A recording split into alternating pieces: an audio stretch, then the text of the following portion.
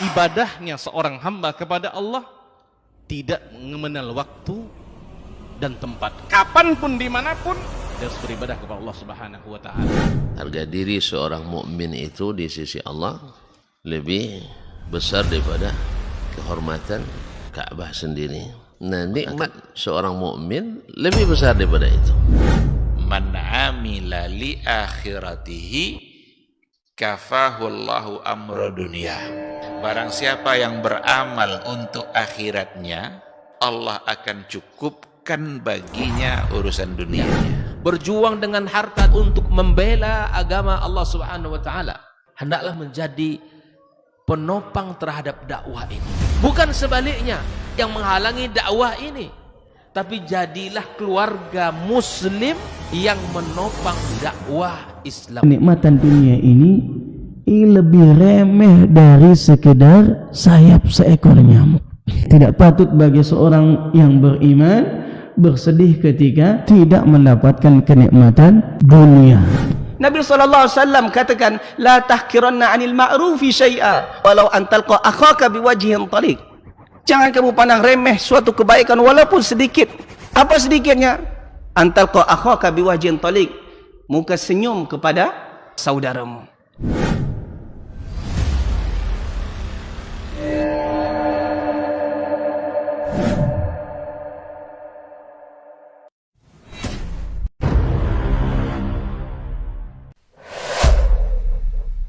Dunia dan seisinya ini bagi Allah tak sama nilainya dengan sebelah sayap lalat. Barang siapa yang beramal untuk akhiratnya, Allah akan cukupkan baginya urusan dunia. Sayati zamanun 'alan nasi as-sabiru fihim qalqabit al-jamarah.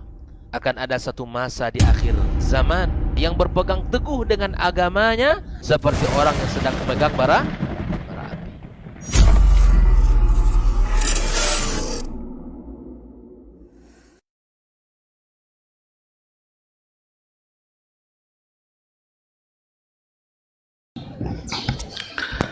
Bismillahirrahmanirrahim.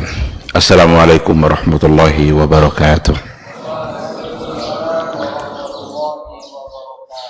Innal hamdalillah nahmaduhu wa nasta'inuhu wa nastaghfiruh wa na'udzu billahi min syururi anfusina wa min sayyiati a'malina. May yahdihillahu fala mudhillalah wa may yudlilhu falan tajida lahu waliyyan mursyida. Asyhadu an la ilaha illallah wahdahu la syarikalah wa asyhadu anna Muhammadan abduhu wa rasuluh la nabiyya wa la rasula ba'dah. Ikhwati fillah, ma'asyiral hadirin wal hadirat, rahimani Allahu wa iyyakum. Bersama-sama kita awali hari kita dengan memuji Allah Subhanahu wa Ta'ala. Alhamdulillah kita kembali dibangunkannya dari tidur kita, dan jadikanlah bangunnya kita dari tidur itu untuk berzikir, mengingat Allah Sang Pemberi nikmat. Alhamdulillah kita dimudahkannya untuk berkumpul, bertemu dengan sesama saudara kita seagama, sekeyakinan dalam sebuah acara, kegiatan, majelis, dan majelis seperti itu yang sangat dicintai oleh Rasulullah Sallallahu Alaihi Wasallam. Mudah-mudahan majelis ilmu yang kita ikuti selalu bisa menambah iman, bisa menambah ilmu, bisa menambah saling cinta kita dengan saudara-saudara kita. Sama-sama kita juga harus berselawat dan salam untuk Rasul kita yang mulia, Nabi Muhammad Sallallahu Alaihi Wasallam. Sosok figur yang pantas untuk kita tauladani, yang pantas untuk kita contoh. Laqad kana lakum fi Rasulillahi uswatun hasanah. Sungguh dalam pribadi Nabi yang diutus oleh Allah sebagai Rasul itu ada uswah, ada tauladan, ada panduan. Oleh karena itu, apapun yang kita lakukan dalam kehidupan kita, hendaknya selalu kita ukur, selalu kita coba timbang-timbang, sesuaikah dengan yang diajarkan atau dengan yang disampaikan oleh Rasul kita yang mulia itu. Yakinlah bahwa satu-satunya jalan selamat itu adalah ketika kita berada di atas jalan yang telah diajarkan oleh Rasul kita yang mulia. Barang siapa yang mencoba untuk keluar dari jalan itu, pasti akan berujung pada kesalahan dan kesesatan. Tapi siapa yang bertahan berada di jalan itu, insya Allah dia akan selamat. Dia akan mengakhiri langkah kakinya di pintu surga Allah Subhanahu wa ta'ala. Mudah-mudahan di akhirat kelak kita semua bisa mendapatkan syafaat, pertolongan dari Rasulullah sallallahu alaihi wasallam atas izin Allah Subhanahu wa ta'ala. Amin, amin ya rabbal alamin. Ikhwati fillah, ma'asyiral hadirin wal hadirat rahimani Allah wa iyyakum. Kembali pada pagi hari ini kita melanjutkan kajian akidah, kajian tauhid melalui sebuah buku Al-Muntaqa min Syuruhi Thalatsatil Usul, kumpulan dari syarah-syarah para ulama terhadap kitab Al-Usul Ats-Tsalatsah. Kita berada pada bagian akhir dari Ma'rifatuddin ketika muallif menyampaikan bahwa Maratibuddin itu ada 3, al-Islam, al-Iman, al-Ihsan. Beliau telah menyampaikan berbagai dalil-dalil yang ada, baik dari Al-Quran Al-Karim dan dari sunnah Rasulullah SAW, sunnah-sunnah yang sahihah. Pada bagian akhir dari bab itu beliau menyebutkan dalil dari sunnah. Dalil dari sunnah untuk martabatul ihsan, bahkan dalil dari sunnah untuk 3 tingkatan beragama itu. 3 tingkatan tadi apa dalilnya? Dari mana diambil? Islam, iman, ihsan. Beliau menyebutkan sebuah hadis yang biasa disebut sebagai hadis Jibril. Nah, ini yang akan kita sampaikan pada pagi hari ini. Bismillahirrahmanirrahim. Qala al-muallif rahimahullah, wa dalilu minas sunnah hadithu Jibril al-masyhur. Dalil dari sunnah untuk apa yang sudah kita jelaskan poin-poin yang sebelumnya itu adalah hadithu Jibril al-masyhur. Hadis Jibril yang sangat terkenal, masyhur. Masyhur itu bahasa kita yang sesungguhnya diambil dari bahasa Arab. Masyhur. Hadis itu bersumber dari Umar bin Al-Khattab radhiyallahu anhu qala, Umar berkata, bainama nahnu julusun 'inda Nabi sallallahu alaihi wasallam, ketika kami duduk-duduk bersama Nabi. Jadi Umar bin Al-Khattab mengatakan, ketika kami duduk-duduk bersama Rasulullah sallallahu alaihi wasallam, iztala'a alaina rajulun, tiba-tiba datang muncul seseorang, dan seseorang itu adalah seorang laki-laki. Syadidu bayadis thiyab, pakaiannya putih pekat, putih bersih. Syadidu sawadis sya'ar, rambutnya hitam pekat. Jadi pakaiannya putih bersih, rambutnya hitam pekat. La yura alaihi atharus safar, tidak nampak padanya bekas-bekas safar. Jadi ini seseorang asing, baru, tidak dikenal, berarti dia orang yang musafir, bukan ahlul Madinah. Karena kalau ahlul Madinah tentu mereka akan tahu siapa orangnya. Ini tidak, rajulun. Disebutkan oleh Umar hanya kata rajulun saja, seseorang, seorang pemuda yang dia tidak kenal, cuma tidak ada bekas-bekas safar itu pada badan dia, pada diri dia. Pakaiannya putih bersih, rambutnya hitam pekat. Kalau safar itu biasanya kalau sudah berhari-hari baju putih tak lagi putih, Rambut hitam biasanya sudah dihiasi oleh debu karena dia musafir, apalagi safarnya di padang pasir. Tapi justru yang ada pada laki-laki yang datang ini kebalikannya itu. La yura alaihi atharus safar, tidak ada nampak bekas-bekas safar. Wala ya'rifuhu minna ahadun, dan tidak ada di antara kami satupun yang kenal dia.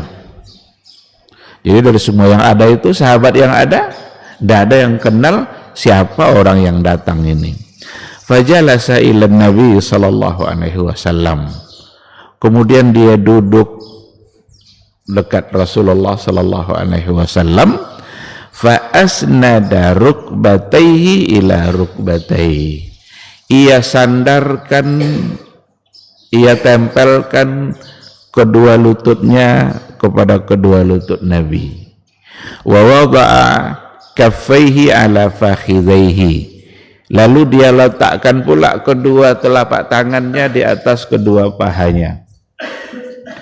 Ini kan berarti orangnya akrab kali sama Nabi nih. Tiba-tiba datang, kami tak kenal, mendekati Nabi, ditempelkannya lututnya ke lutut Nabi, dan dipegang pula oleh dia kedua paha Rasulullah sallallahu alaihi wasallam.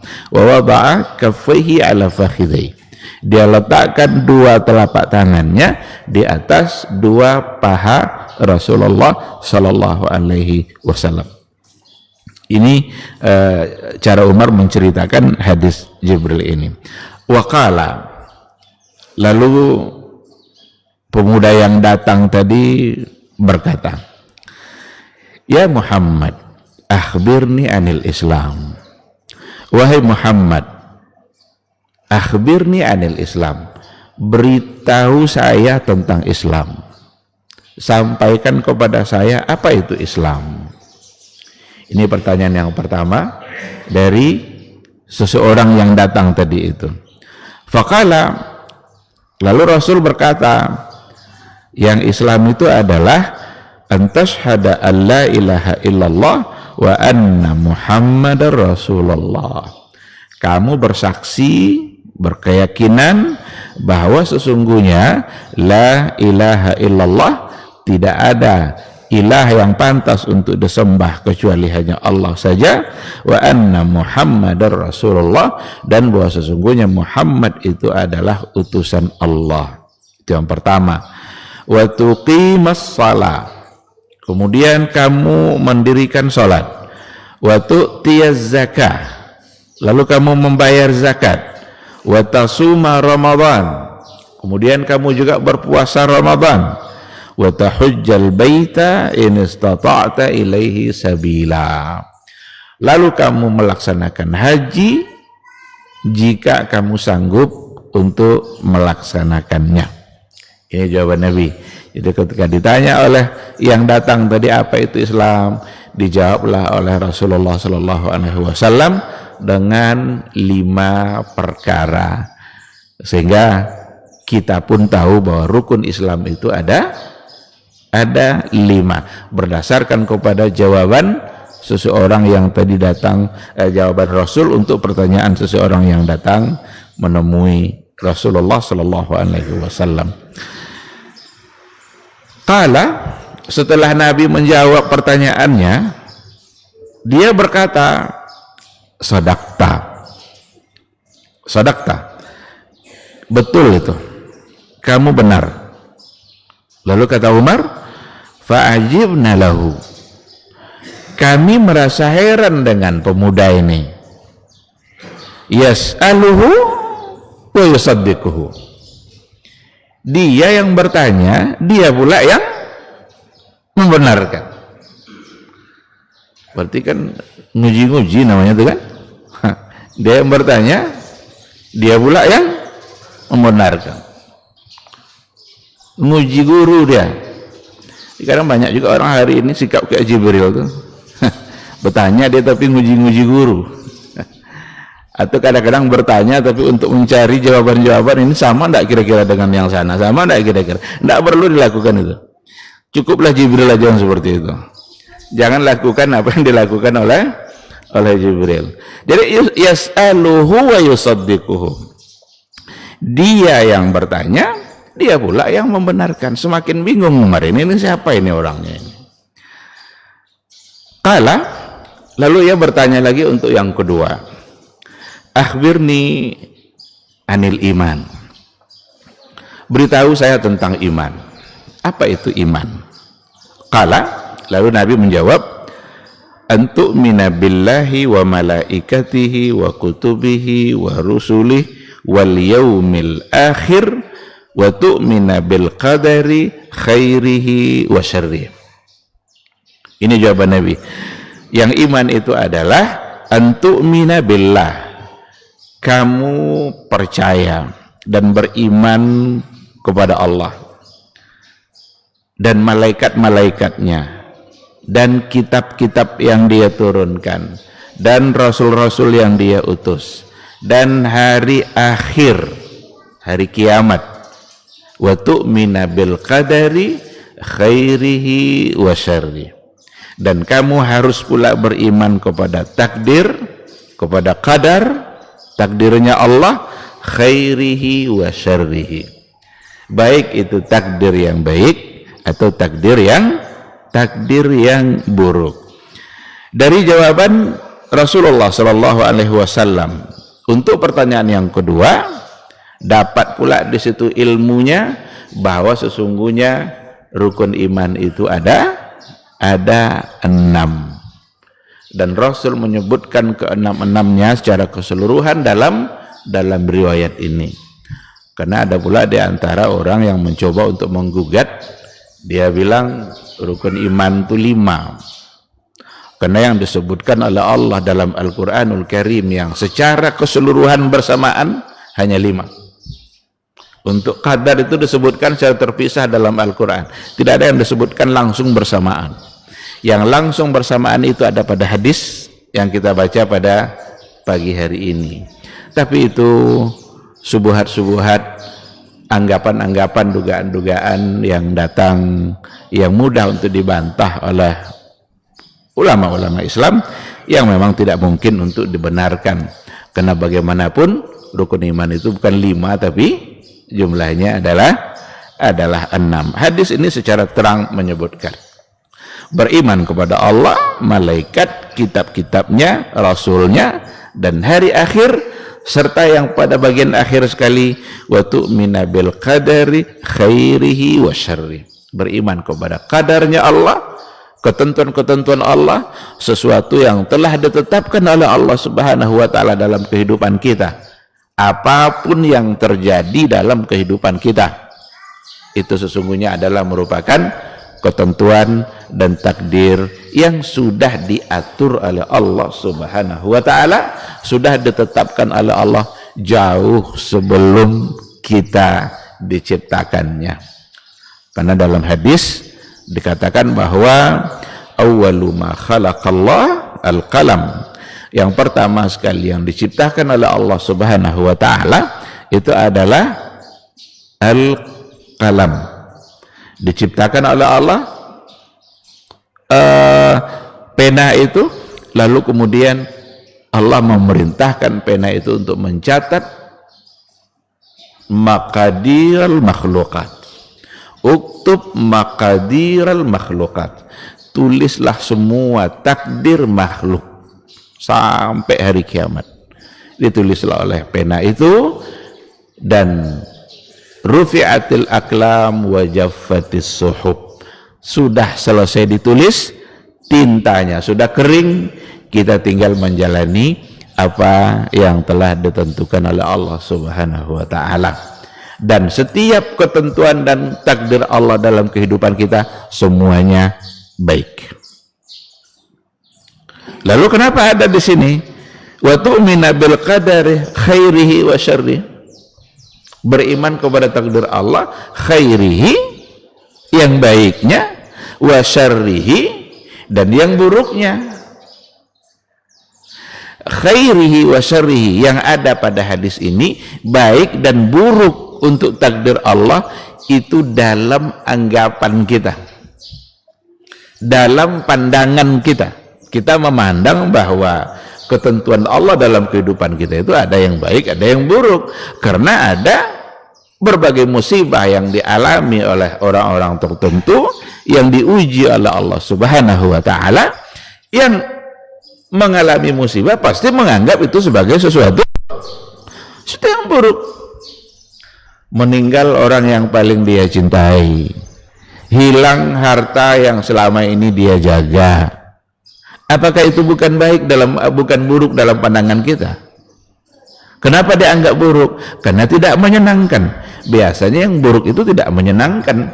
Apapun yang kita alami, kalau tidak menyenangkan rasanya, pasti kita menganggap itu sesuatu yang buruk.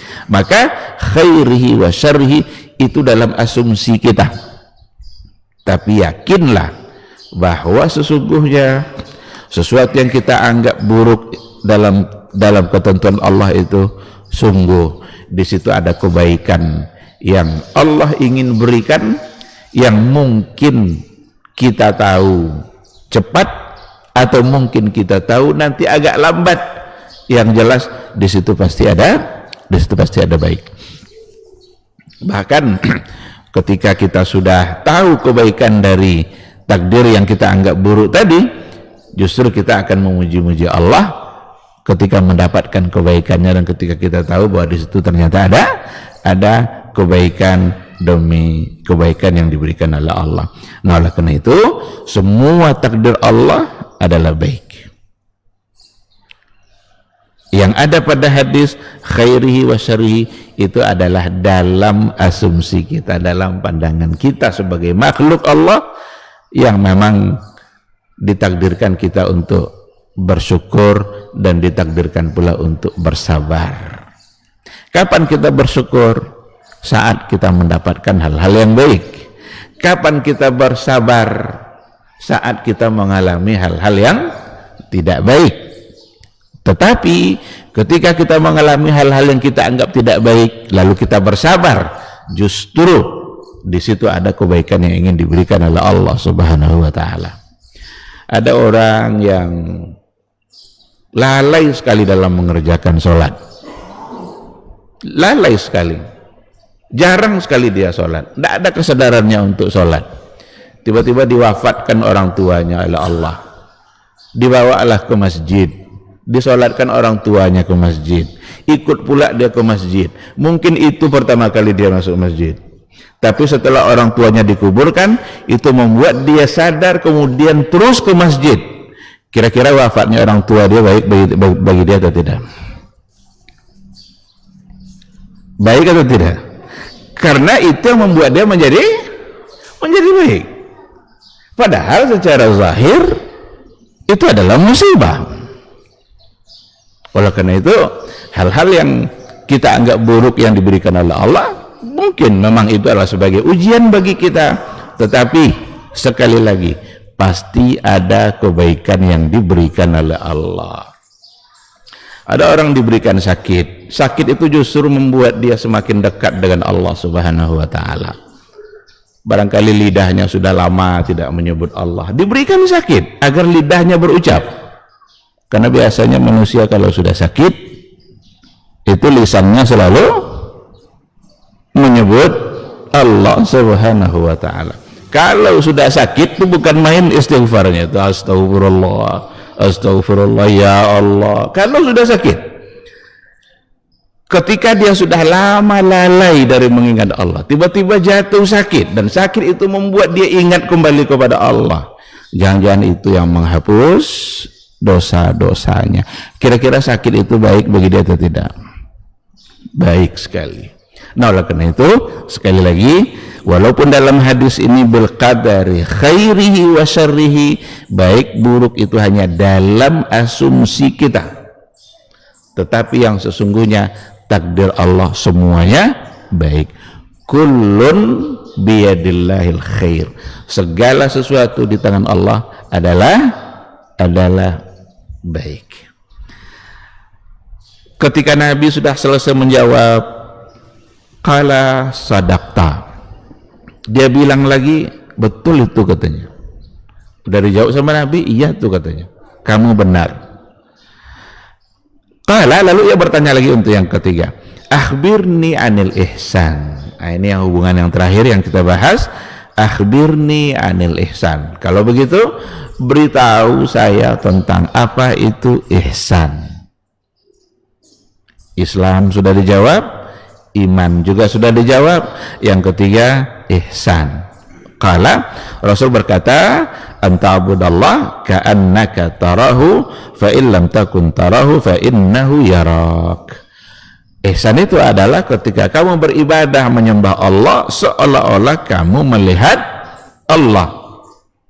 Fa in lam takun tarahu, jika kamu tidak melihatnya, kalau kamu tidak akan melihat Allah, tidak mampu melihat Allah, fa innahu yaraka, sesungguhnya Allah pasti melihat kamu. Ini yang terakhir yang sudah kita bahas ya. Kita tidak akan berikan penjelasan lagi karena sudah cukup luas kita berikan penjelasan. Ini hanya menyebutkan dalil untuk 3 tingkatan agama yang disebutkan, yang dijelaskan sebelumnya. Jadi ihsan itu kamu beribadah menyembah Allah seolah-olah melihat Allah langsung.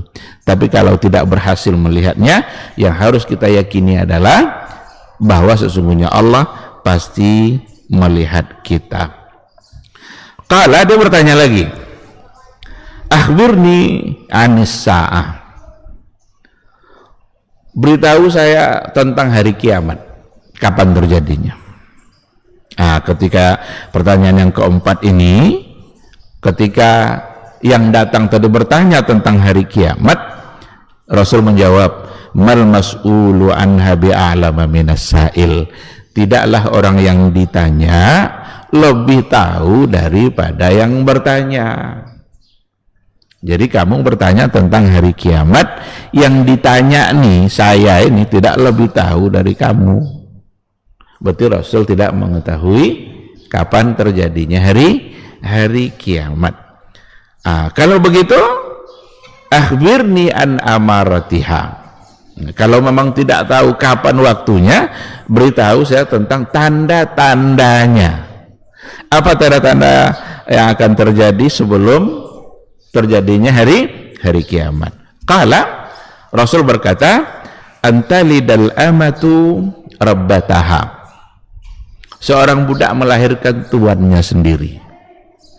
Seorang budak melahirkan tuannya sendiri. Ini ada beberapa penjelasan oleh para ulama dalam hadis ini. Ada yang sebagai isyarat dari menyebarnya perbuatan-perbuatan yang fahisyah, yang tidak baik. Ada juga yang mengatakan ini sebagai gambaran kedurhakaan anak terhadap orang tua, karena dikatakan seorang budak melahirkan tuannya sendiri.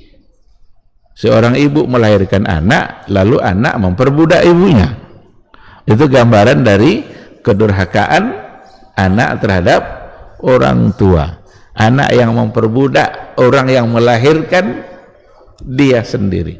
Jadi ada banyak penjelasan terkait dengan itu, dan itu tanda-tanda akan datangnya hari kiamat. Mungkinkah sudah kita melihatnya atau tidak? Nah, kita saja yang mencoba untuk menilainya. Wa antara al-hufat al-urat al-alah ri'a asy-sya yatatawaluna fil bunyan. Dan tanda-tanda hari kiamat itu juga adalah kamu melihat orang-orang miskin, pengembala kambing, tidak pakai sendal, kadang juga pakaiannya compang-camping, yatatawaluna fil bunyan. Mereka berlomba-lomba dalam membangun rumah. Miskin, tidak ada duit, berhutang-berhutanglah, tapi berlomba-lomba dalam membangun dunia. Ini juga sebagai simbol kecintaan orang terhadap dunia. Dan Nabi mengatakan ini sebagai tanda-tanda hari kiamat. Ini bukan pula sebagai larangan kita bangun rumah nih. Kalau sudah ada yang punya niat bangun rumah, bangun aja lah terus. Tetapi ini simbol atau lambang, gambaran kecintaan seseorang terhadap dunia. Bahkan lebih mengedepankan dunia daripada akhirat.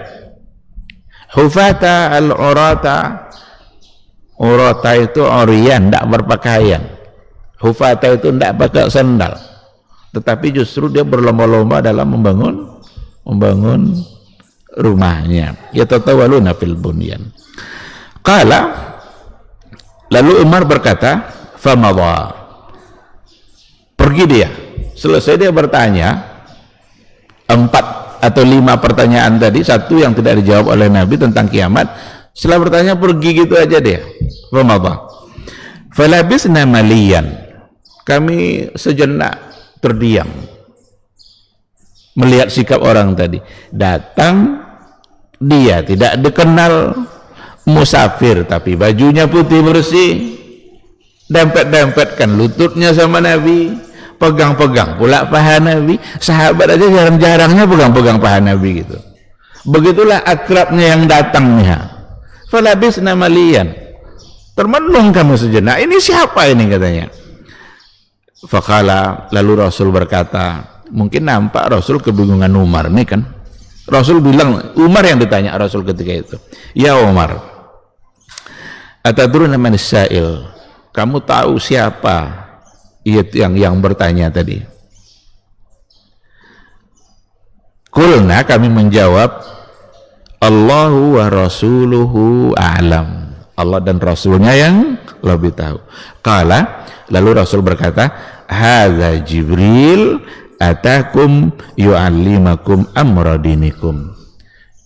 Dia itu adalah Jibril yang datang tadi itu, katanya itu adalah Jibril atakum yu'allimakum amra dinikum, sengaja datang untuk mengajarkan kalian perkara-perkara agama kalian. Berarti dia bertanya bukan untuk diri dia bertanya justru untuk diperdengarkan jawabannya agar sahabat-sahabat tahu. Berarti kalau seandainya ada orang yang bertanya, dia sudah tahu jawabannya, tapi tujuannya agar didengar oleh orang lain, boleh enggak? Ini contohnya. Karena bisa seperti itu. Untuk menyebutkan langsung mungkin susah, mungkin tidak didengar orang kalau seandainya dia menyebut langsung, tapi dia ingin pengetahuan itu diketahui oleh orang lain. Sekarang dia nanya, Pak Ustadz, gimana hukumnya kalau begini? Dia sebenarnya sudah tahu, cuma yang dia inginkan adalah agar jawaban tadi didengar oleh banyak orang, sehingga Ustadz yang menyampaikan yang mungkin akan lebih cepat didengar oleh atau diterima oleh orang lain. Bisa seperti itu sebenarnya dalam bentuk, salah satu dari bentuk pengajaran. Jadi hadza Jibril, ini adalah Jibril yang sengaja datang untuk mengajarkan kalian amrodinikum, perkara-perkara agama kalian. Barulah mereka tersadar, oh rupanya itu Jibril. Jadi memang dalam catatan sejarah, Jibril itu dalam menyampaikan perkara-perkara agama, menyampaikan wahyu, itu di antaranya dia menyerupai seseorang yang tidak dikenal. Ini salah satu contohnya. Terkadang Jibril juga menyerupai seseorang yang dikenal di tengah-tengah para sahabat. Ada seorang sahabat yang biasa diserupai oleh Jibril, namanya Dihya al-Kalbi. Jadi seorang pemuda yang tampan, itu Jibril beberapa kali menyerupai dia. Ketika dia ngomong bersama Nabi, orang kira itu adalah Dihya. Tapi kok dia ini lancar kali ngomongnya, padahal dia sesama sahabat kan.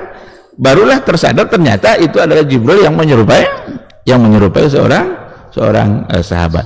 Kalau yang di hadis ini, dia menyerupai seorang pemuda yang tidak dikenal. Berarti tidak ada satupun orang Madinah yang seperti pemuda itu. Ketika dia pergi, barulah dibilang oleh Nabi bahwa yang tadi itu adalah Jibril yang sengaja datang, tujuannya adalah untuk mengajarkan kalian perkara agama. Ketika dikatakan amrodinikum, maka yang ada pada hadis ini, inilah perkara-perkara penting dalam agama kita. Yang dipertanyakan oleh Jibril tadi itu, inilah perkara-perkara utama dan penting dalam agama.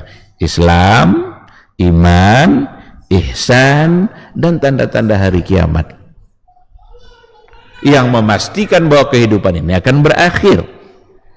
Kalau nanti tanda-tandanya sudah datang, kiamat itu berarti sebentar lagi akan datang.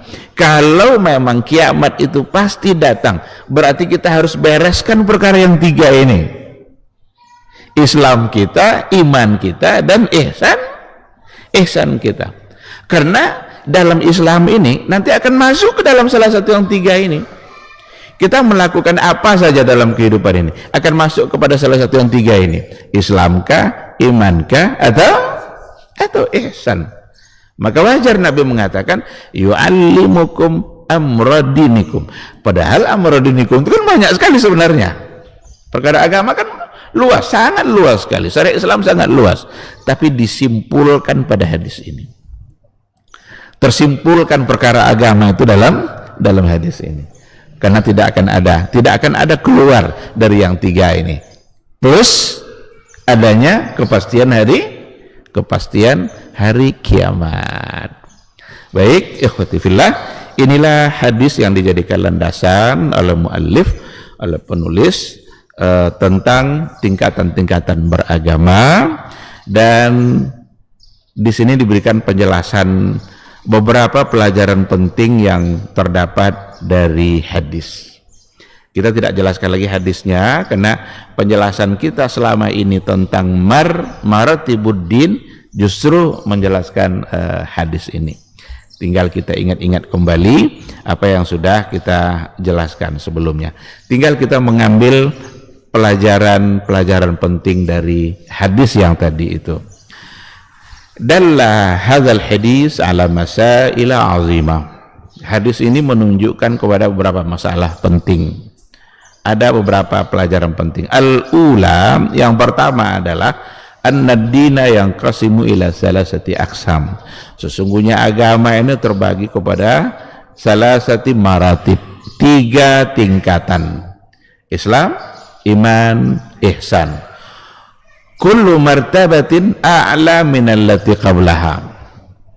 Setiap tingkat itu lebih tinggi dari yang sebelumnya. Jadi setiap tingkat a'la minallati qablaha, lebih tinggi dari yang sebelumnya.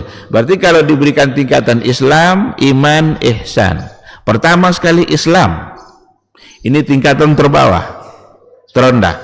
Mungkin saja dia muslim tapi belum mukmin, karena dia belum sampai pada tingkat yang kedua. Maka ketika orang-orang Arabi mengaku-ngaku sebagai orang beriman, qalatil a'rabu amanna. Orang-orang Arabi itu ngomong, orang-orang Badui Arab itu bilang amanna, kami telah beriman. Disanggah oleh Allah, minta kepada Nabi Muhammad, qul lam tu'minu. Katakan wahai Muhammad, mereka kamu ini belum beriman. Walakin qulu aslamna. Cukup kalian katakan dulu kami telah Islam. Berarti belum mukmin. Belum boleh dia mengakui sebagai orang beriman. Kenapa demikian? Walamma yadkhulul imanu fi qulubikum. Belum masuk iman itu ke dalam hati kalian. Hanya lisan yang berucap. Berarti ketika lisan berucap asyhadu alla ilaha illallah, dia sudah menjadi sebagai seorang muslim. Tapi bisa saja belum mukmin berdasarkan kepada ayat tadi. Maka setiap tingkatan lebih tinggi dari yang sebelumnya. Pertama Islam, kedua iman. Kalau sudah iman pasti sudah Islam. Dan yang ketiga adalah ihsan. Ini tingkatan yang tertinggi. Kalau sudah ihsan berarti pasti dia Islam dan iman, muslim, mukmin, muhsin. Innallaha qaribum minal muhsinin. Sesungguhnya Allah dekat dengan orang-orang yang muhsinin, orang-orang yang ihsan. Jadi kalau ingin kita dekat, Allah dekat dengan kita, jadilah orang yang ihsan. Jadilah orang yang selalu merasa dilihat oleh Allah Subhanahu wa taala, berarti dia merasa dekat dengan Allah, dan memang Allah dekat dengan orang-orang yang ihsan. Ini yang pertama sekali. Jadi 3 tingkatan, setiap tingkat lebih tinggi dari yang sebelumnya. Ats-tsaniyah, yang kedua, fihi at-ta'limu bi tariqi as-su'ali wal jawab. Dalam hadis tadi itu ada satu metode pengajaran oleh seorang guru pantas untuk diterapkan karena Nabi bersama Jibril melakukan itu. Tariqus su'ali wal jawab, memberikan pengetahuan itu dan metode tanya jawab. Terkadang kalau seandainya didahulukan sebuah pertanyaan lalu dijawab, itu bisa-bisa lama dalam ingatan karena teringat soalnya untuk kemudian dijawab. Nabi sering kali untuk memberikan pengetahuan kepada sahabat pakai metode as-su'al wal jawab.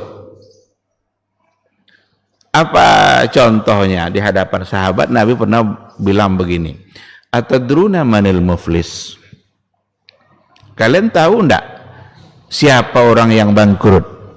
Ini kan satu bentuk pertanyaan. Lalu sahabat menjawab apa adanya sesuai dengan yang terbayang oleh mereka dalam pikirannya.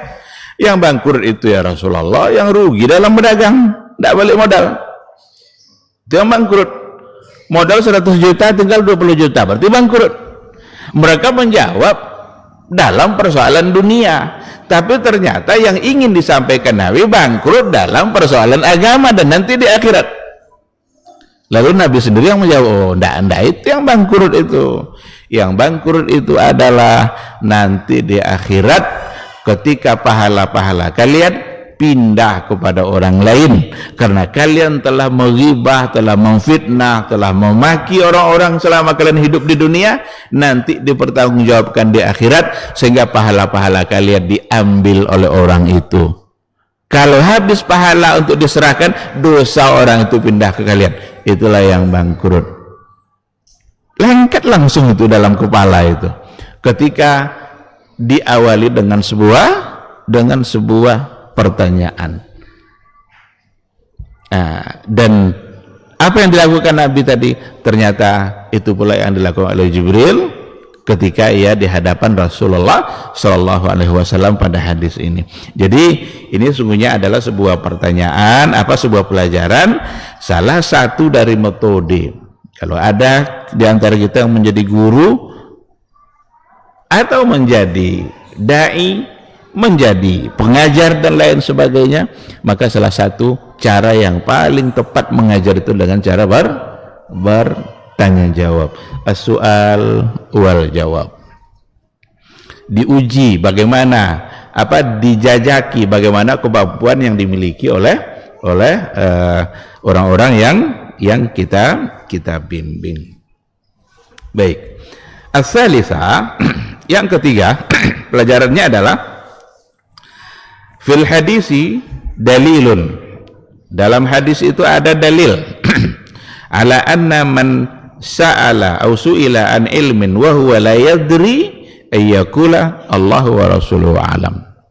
Ini pelajaran bahwa sesungguhnya hadis itu menunjukkan kalau ada orang ditanya sesuatu tentang ilmu atau tentang agama dan dia tidak tahu, jangan sok-sok tahu, bilang aja saya tidak tahu, bilang saja Allahu a'lam atau Allahu wa rasuluhu a'lam. Karena kalau perkara-perkara agama ditanya tidak tahu lalu pura-pura tahu, dia akan mempertanggungjawabkan di hadapan Allah Subhanahu wa taala karena dia sedang mewakili Allah dalam hukum itu. Kalau dia menyampaikan hukum Allah itu maksudnya al-halal wal haram, yang halal yang haram, ini baik ini tidak baik. Tentu ini adalah perkara agama, dan Nabi sendiri ternyata seperti itu. Memang ketika Jibril bilang, ya Muhammad, akhbirni anis sa'ah, tunjukkan kepada saya kapan itu, beritahu saya kapan hari kiamat. Karena dia tidak tahu, ya berarti Allahu wa rasuluhu a'lam. Itu jawaban dari Rasulullah sallallahu alaihi wasallam. Atau mal mas'ulu anha bi'alama minas saya. Bukan Allah wa rasuluhu a'lam. Itu yang Umar tadi, yang sahabat. Tapi Rasul sendiri ketika ditanya dan dia tidak tahu, mal mas'ulu bi'a'lama minas saya yang ditanya ini tidak lebih tahu daripada yang bertanya. Artinya Nabi tidak ngarang-ngarang, dia tidak coba-coba. Ini kan saya ini Rasul nih, masa tidak tahu? Rasul ditanya masa tidak menjawab? Tidak. Kalau tidak tahu berarti bilang tidak tahu. Itu pula yang dilakukan oleh sahabat ketika Rasul bertanya, tahukah kalian siapa yang datang tadi itu? Apa jawaban sahabat? Allahu wa rasuluhu a'lam. Allah dan Rasulnya yang lebih tahu. Ketika mereka sudah mengaku sebagai orang yang tidak tahu, berarti perlu diberitahu. Maka Nabi mengatakan, huwa atau hadza Jibril. Dia adalah Jibril. Itu pelajaran yang ketiga. Apa yang dilakukan oleh sahabat, begitu juga lah yang dilakukan oleh ulama-ulama besar setelahnya. Umpamanya Imam Malik, qad su'ila al-Imam Malik rahimahullah an arba'ina mas'alatan. Ada seorang pemuda datang dari wilayah yang jauh membawa 40 masalah. Dan dia tahu bahwa Imam Malik adalah ulama besar yang dia yakini mampu memberikan jawaban untuk 40 masalah ini. Dan dia datang dari jauh, temui Imam Malik, disampaikan oleh seseorang tadi, oleh pemuda tadi 40 pertanyaan itu, tetapi fa'ajaba an sittin minha. Imam Malik hanya menjawab 6 pertanyaan saja. Wa qala fil baqiyah la adri. Untuk sisanya 34 sisanya dia bilang la adri, saya tidak tahu. Faqala lahu sa'il, yang bertanya tadi ngomong, ana ji'tu min kadza wa kadza, saya datang dari wilayah jauh sekali untuk mendapatkan 40 masalah nih. Wa safartu wa at'abtu rahilati, saya safar, saya capek dalam safar ini. Lalu tiba-tiba kamu bilang la adri. Jadi tidak berbalas rasanya, safar yang jauh ini udah menghabiskan waktu, capek dan lain sebagainya, tiba-tiba jawabannya la adri, nggak puas dia.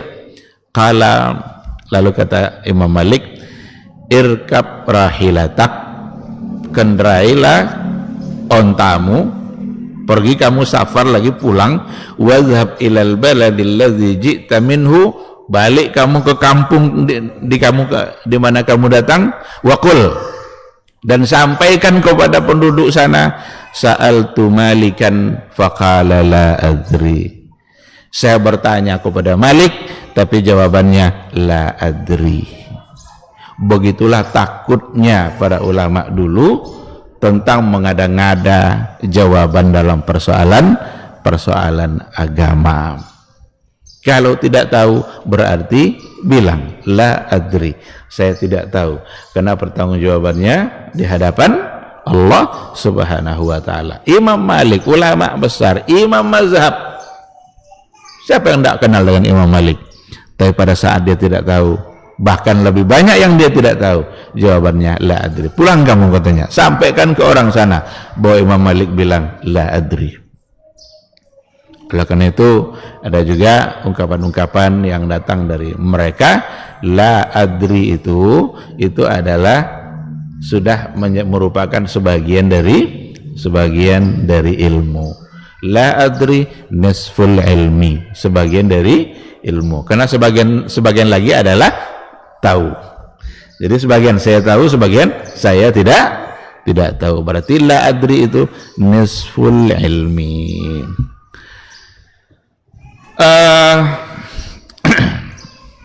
Yang pelajaran berikutnya, fil hadisi, di dalam hadis, dalilun ala adabil muta'allim. Dalam hadis yang kita sebutkan tadi, yang kita baca tadi, ada dalil ala adabil muta'allim, adab bagi penuntut ilmu. adab bagi mereka yang belajar. Jibril memposisikan dirinya ketika itu sesungguhnya adalah sebagai orang yang ingin mendapatkan ilmu. Bagaimana dia khusyuk dalam mendengarnya, bagaimana dia mendekat kepada Rasulullah sallallahu alaihi wasallam. Dan Jibril itu sayyidul malaikah, yajlis baina yadayir rasul, yang duduk di hadapan Rasulullah sallallahu alaihi wasallam. Begitu keakraban nampak di situ, nampak keseriusannya untuk mendapatkan ilmu dan serius dalam mendengarkan jawaban yang datang dari Rasulullah sallallahu alaihi wasallam. Ikhwati fillah, yang berikutnya bayan ba'di alamatis sa'ah. Dalam hadis itu juga merupakan penjelasan tentang tanda-tanda hari kiamat. Dan ada banyak hadis sebenarnya yang berkaitan dengan tanda-tanda hari kiamat, tidak hanya yang ada pada hadis ini. Dalam kitab Asyratus Sa'ah, tanda-tanda kiamat, ada bukunya itu disampaikan banyak riwayat yang datang dari Nabi kita yang mulia Nabi Muhammad sallallahu alaihi wasallam, dan justru sebagian dari tanda-tanda itu sudah terlihat. Ada nanti tanda-tanda besar dan ada tanda-tanda kecil. Tanda-tanda besar saat menjelang akan kiamat betul, turunnya Dajjal, Ya'juj dan Ma'juj, angin dingin dari arah Yaman. Itu tanda-tanda yang memang sangat dekat sekali. Kalau angin dingin dari arah Yaman itu sudah datang, maka mematikan semua orang-orang beriman. Yang tersisa adalah orang-orang yang kafir, yang tidak beriman. Maka kata Rasul, la taqumus sa'atu illa ala syiraril khalqi. Enggak dirasakan, enggak terjadi kiamat itu kecuali pada orang-orang yang bejat, orang-orang yang jahat, orang-orang yang tidak beriman kepada Allah Subhanahu wa taala, karena mereka sudah dimatikan oleh angin dingin yang datang dari arah Yaman. Itu belum terjadi. Belum terjadi. Dajjal juga belum terjadi. Yang terjadi orang yang berperilaku Dajjal. Ada. Tapi Dajjal itu sendiri ada hadis yang sahih bahwa nanti akan turun. Ya'juj dan Ma'juj juga ada. Tapi ada tanda-tanda yang disebutkan oleh Rasul kita, dan itu sudah kita rasakan. Apa contoh kata Rasul? Lan taqumas sa'atu hatta, belum akan terjadi hari kiamat itu nanti kecuali kalian merasakan beberapa hal. Apa diantaranya? Yataqarabuz zaman, masa terasa singkat. Masa terasa singkat. Setiap kali datang Ramadan, kita selalu berucap, baru kemarin rasanya Ramadan. Datang Idul Adha, kurban, baru kemarin rasanya kita nyembelih. Sekarang sudah nyembelih lagi. Yataqarabuz zaman. Setahun terasa sebulan, sebulan terasa seminggu, seminggu terasa sehari, sehari terasa seperti membakar pelepah kurma yang kering. Itu dalam hadis Rasul. Wa yafshuz zina. Perbuatan zina sudah menjadi hal yang biasa. Sekarang zina online. Macam-macam. Itu sudah dianggap sebagai hal yang biasa, tidak lagi menjadi perkara yang dianggap sebagai dosa besar yang ditakuti, padahal ancamannya luar biasa dalam agama kita, tapi dianggap sebagai perbuatan ini, nggak lagi dilakukan oleh orang-orang dewasa, bahkan anak-anak SD. Coba bagaimana mereka sudah melakukan itu, karena mereka sudah tahu caranya sebelum waktunya, sudah mendapatkan ilmunya sebelum waktunya, sehingga dia praktekkan pula ilmu yang sudah dia dapatkan, itu pengetahuan yang sudah dia dapatkan. Dan Nabi menggambarkan yafshuz zina, akan merajalela itu perzinaan itu. Kalian anggap biasa di hotel-hotel, di tempat-tempat penginapan dan lain sebagainya, dianggap biasa. Wa yusrabul khamr, dan juga mabuk-mabukan menjadi perkara biasa. Belum akan terjadi hari kiamat kata Nabi kecuali itu nanti kalian rasakan. Kira-kira sudah dirasakan atau belum? Sudah. Dan yang menariknya, yang pada bagian akhir itu Nabi mengatakan wa yantiqu fihi ruwaibidah. Yang banyak ngomong dalam persoalan agama itu nanti ruwaibidah. Siapa itu ruwaibidah? Rajulun tafih yatakallam fi amril ammah. Seseorang yang tidak tahu apa-apa, tapi dia yang bicara, dia mengatur umat nih. Dia bicara agama, tapi dia tidak tahu persoalan agama. Dia berani bilang halal haram, tapi tidak tahu mana yang halal, mana yang haram. Ruwaibidah. Itu berdasarkan kepada hadis Rasulullah sallallahu alaihi wasallam. Jadi ikhwati fillah, hadis yang tadi itu salah satu pelajarannya adalah tanda-tanda hari kiamat, tetapi banyak tanda-tanda yang lain yang disampaikan oleh Nabi kita pada hadis-hadis yang berbeda.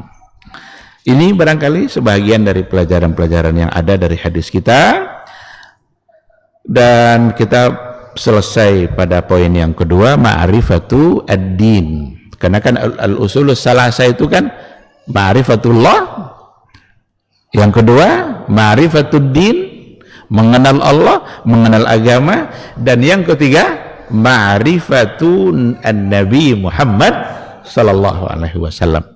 Ini yang usul salasa, 3 pondasi dalam agama yang harus kita pahami baik-baik. Berarti pada pertemuan berikutnya kita akan masuk pada al-aslus salis, pada pondasi yang ketiga, ma'rifatu an-nabi sallallahu alaihi wasallam. Siapa nabi kita itu? Kenal enggak generasi sekarang dengan nabinya? Jangan-jangan lebih kenal pula dengan artis dan pemain bola dan lain sebagainya daripada mengenali Rasulnya sendiri. Mudah-mudahan Allah Subhanahu wa taala selalu memudahkan kita untuk bermajelis, dan semoga majelis ini selalu diberkahi oleh Allah. Amin amin ya rabbal alamin. Sekira ini yang menjadi materi kita pada pagi ini. Sekiranya ada mungkin 1 atau 2 pertanyaan, kalau ada. Kalau tidak kita tutup. Silakan.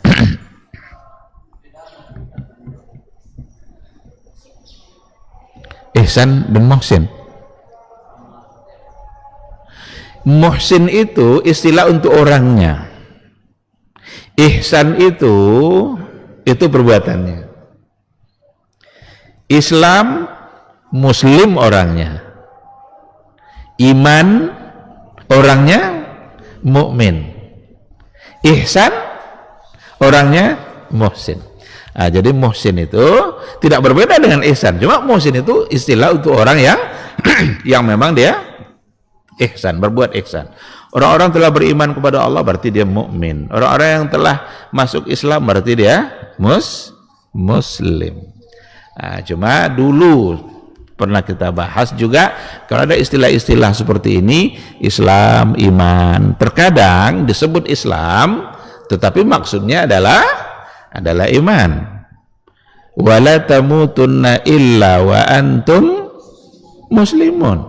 Janganlah kalian wafat kecuali muslim. Innamal mu'minuna ikhwah. Sesungguhnya orang-orang beriman disebutkan di situ mu'minuna. Jadi ada kaidah lah para ulama, iza ijtama'a iftaraqa wa iza iftaraqa istama'a. Kalau seandainya disebutkan secara bersamaan berarti dia berbeda, tapi kalau disebutkan secara sendiri-sendiri berarti bisa dia menjadi satu. Wallahu a'lam. Nah, tafadhal.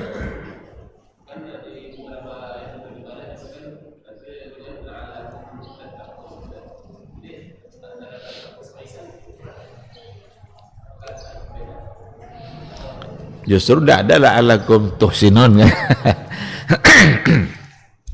Kata la'alla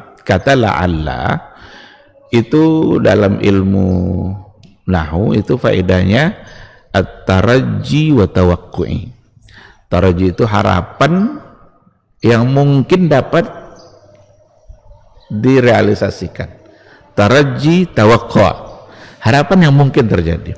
Maka la'allakum beda sama laita, ya laitani, kuntu turaba.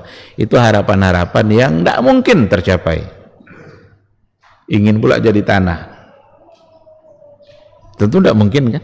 Nah, maka dalam Al-Quran ada la'allakum, mudah-mudahan kalian. Berarti itu harapan-harapan. Ayat puasa umpamanya, hai orang beriman, puasa kalian, diwajibkan puasa seperti orang-orang dahulu juga diwajibkan puasa. La'allakum tattaqun, mudah-mudahan dengan berpuasa itu kalian menjadi orang yang bertakwa. Berarti tujuan dari ibadah-ibadah yang diperintahkan oleh agama sesungguhnya ujungnya adalah untuk mencapai peringkat at-taqwa. Dan ihsan itu tidak terpisah dengan ketakwaan itu. Karena takwa itu intinya adalah ketika kita menjaga diri kita dari hal-hal yang bisa memasukkan kita ke dalam nerakanya Allah Subhanahu wa ta'ala. Tentu saja itu bagian dari ihsan kita. Karena kita beribadah semata-mata untuk Allah, bahkan seolah-olah kita melihat Allah supaya ibadah kita menjadi sempurna. Tapi takwa itu tujuan dari ibadah itu sendiri. Takwa itu tujuan yang ingin kita capai dari ibadah kita itu sendiri. Dengan melaksanakan satu ketaatan, mudah-mudahan kita terpelihara dari nerakanya Allah Subhanahu wa ta'ala. Maka takwa itu wiqayah. Kata takwa itu wiqayatun nafsi an-nari jahannam, an azabillah. Menjaga diri kita dari neraka atau azab ancaman Allah Subhanahu wa ta'ala. Jadi ihsan itu cara bagaimana kita beribadah yang seolah-olah melihat Allah, sedangkan ketakwaan tujuan agar tercapai ibadah dari ibadah yang kita lakukan. Dan banyak dalam Al-Quran, la'allakum tashkurun, mudah-mudahan kalian menjadi orang yang bersyukur. Itu juga menjadi bagian dari ayat-ayat yang ada dalam ayat puasa. Berarti puasa itu selain menjadikan kita orang bertakwa, juga menjadikan kita orang bersyukur. Kenapa menjadikan kita orang bersyukur? Banyak orang selama ini tidak payah makan, sekarang tiba-tiba kita diminta puasa. Coba pula lah tahan, gimana rasanya tidak makan. Bersyukurlah kita dengan nikmat yang selama ini diberikan oleh Allah Subhanahu wa ta'ala. Gitu kira-kira. Wallahu Subhanahu wa ta'ala a'lam. Baik, ikhwati billah, ada?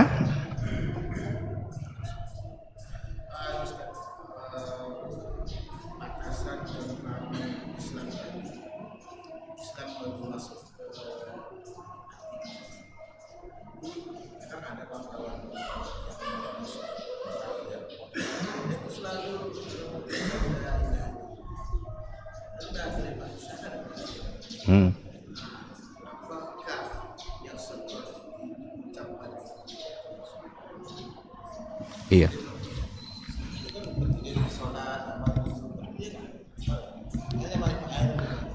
Iya.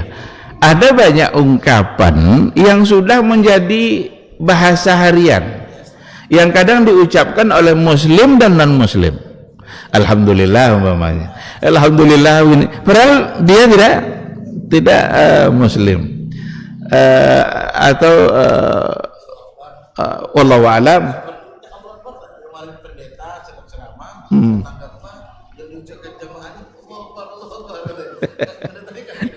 Iya, berarti mereka tidak mengetahui hakikat dari apa yang dia ucapkan. Kalau seperti itu berarti dia belum sebagai seorang muslim. Kata wallahu alam juga. Berapa banyak itu pejabat-pejabat yang tidak muslim yang kita dengar, dia juga mengatakan cuma cara sebutnya aja yang wallahu alam katanya kan. Tapi sebenarnya yang diucapkan Allahu a'lam. Dia mungkin tidak tahu dia hakikat yang diucapkannya, hanya karena itu yang menyebar. Yang paling sering barangkali alhamdulillah atau assalamualaikum. Assalamualaikum. Padahal dulu Rasul kalau ada orang yang muslim yang bilang assalamualaikum, tidak boleh dijawab dan waalaikumsalam.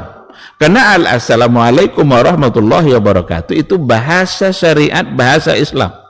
Yang pertama kali itu kan yang mengucapkan assalamualaikum itu Adam alaihi salam. Ketika selesai diciptakan diminta dia menemui para malaikat.